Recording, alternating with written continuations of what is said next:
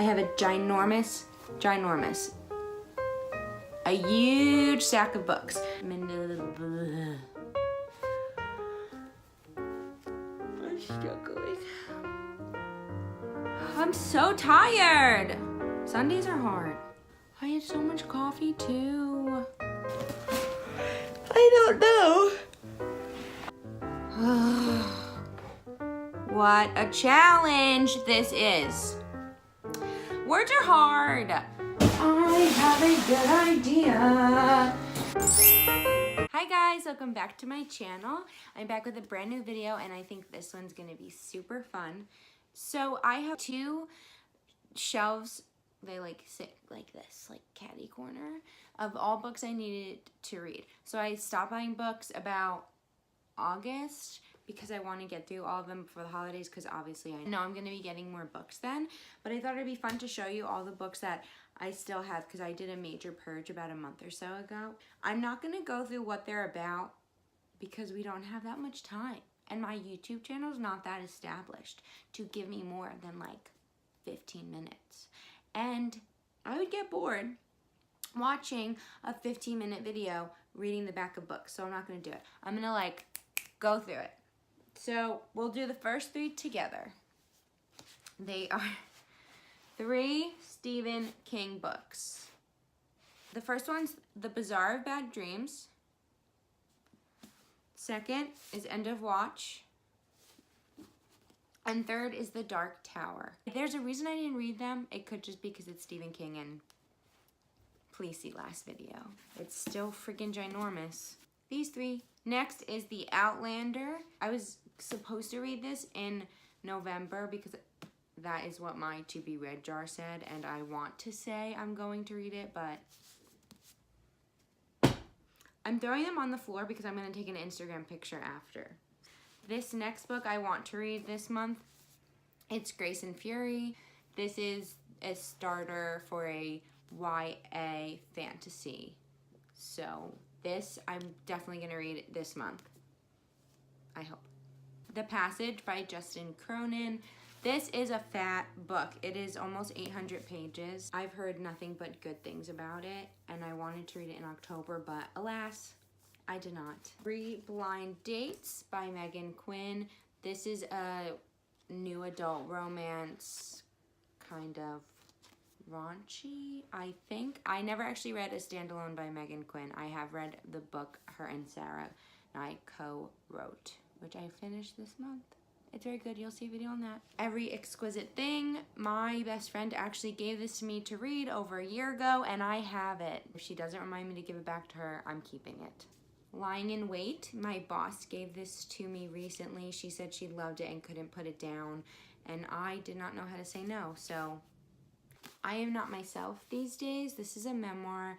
About 2 years ago, I really got into nonfiction for a hot second. I will read this eventually, I think. And if I don't read this in 2019, I'm gonna donate it. That's kind of this rule moving forward. Every book I'm showing in this video, if I do not read it by the end of 2019, it's gone.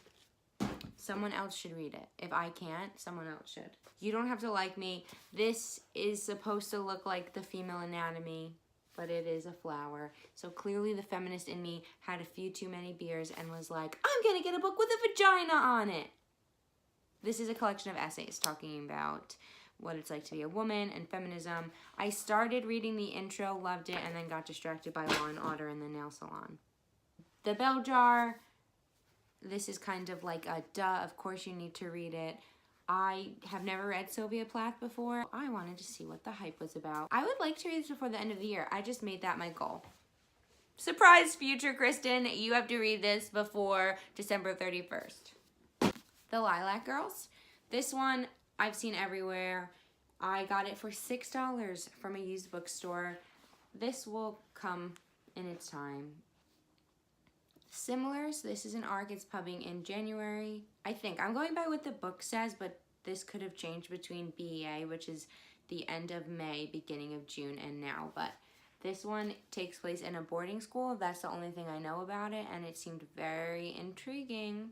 So this one's on my, these are all on my list. I'm gonna stop saying that. Carnival. I've seen this for years, and I was able to get a copy. Thanks, Flatiron Books. I don't really know anything about some of these books, which is partially why I'm not going to go reading the back of the books.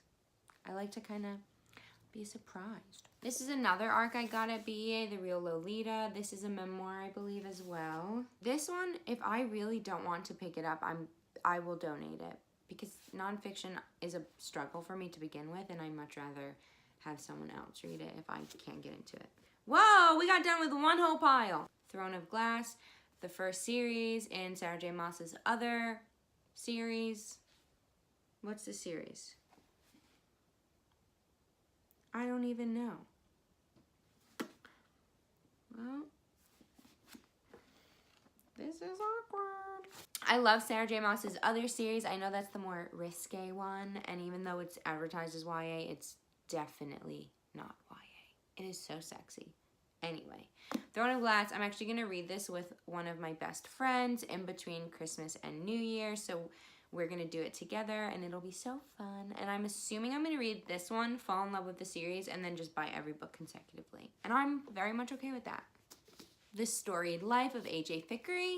I've had this book for a few years now, and I always vowed I'm going to read it when I go on vacation to this specific place, and I forget every time I go. But this will be read. I'm not ever going to donate this one because I want to read it in a very specific location. We will get there. I hope I remember. This one I was so excited to get my hands on, and then I didn't read it.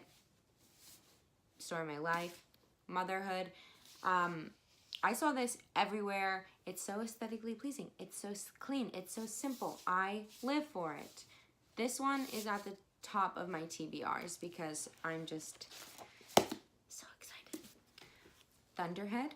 I read book 1 last year. I think I said this in my previous video. Series are very challenging for me. I will get to this. This next one I was super excited for when I first got it, and then I realized it's big and biographies are difficult. What happened? Obviously, liberal me needed to buy this after the unspeakable election that we're not talking about because my page is not political.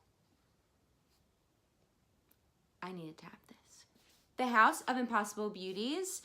This is another big book. It's a beautiful cover. I've heard nothing but incredible things about this. This next book, I don't know if I'm ever gonna get to it. King's Cage. This is book 3 in the Red Queen series. King's Cage, book 3, there's a 4th one that is even bigger than this, but look at this. This is ginormous. Who has time? I don't. Sometimes I don't even think I'm a reader because on the weekends I'm like, meow, not reading. This is over 500 pages, so maybe in one lifetime I will get to this. I want to. I don't think I don't want to read these books. It's just difficult. The next 2 books I actually won at BEA. I won Underline's Big Giveaway, which was crazy because I don't win anything, but they are Penguin Random House's DC comic adaptation stories. So this is by Lee Bardago, this is Wonder Woman, this is by Marie Lu, and this is Batman. These are fun. I think these will be super fun to read. And finally, the book I will be reading for years to come. It. Don't even get me started on this one. This is the first edition. I may have taken it from my boyfriend's house, and his parents may not know that I have their first edition It, but I have it. It's fat. I think I read 130 pages, which is nothing in an 1,100 page book. I want to read this, I really do, but like I said last video, Stephen King takes 50 pages to explain one thing, and I can't deal with it. It will be read, but I'm not carrying this around. So I feel like I need multiple editions. I need the ebook, I need the audiobook, I need the paperback, and I need this one. But 4 editions of one book, it doesn't suit me. It doesn't. All right, guys, those were all my TBRs that I have that I'm not getting rid of. Like I said earlier, I did this major purge a few months ago, and these are the ones I decided I wanted to keep and give a try. I'm gonna try to read as many of these as possible before the end of the year. If I can read over 10 books between December and then what's left of November. That would be so awesome, but I'm not going to kill myself to try to do that. Actually, I will. Ideally, I will read 15 books. But I know once Christmas hits, I'm going to get a lot of books and I might want to read those first. So, I want to read through as many of these as possible. I don't know where to start at all. I shouldn't have done this. Now I'm overwhelmed.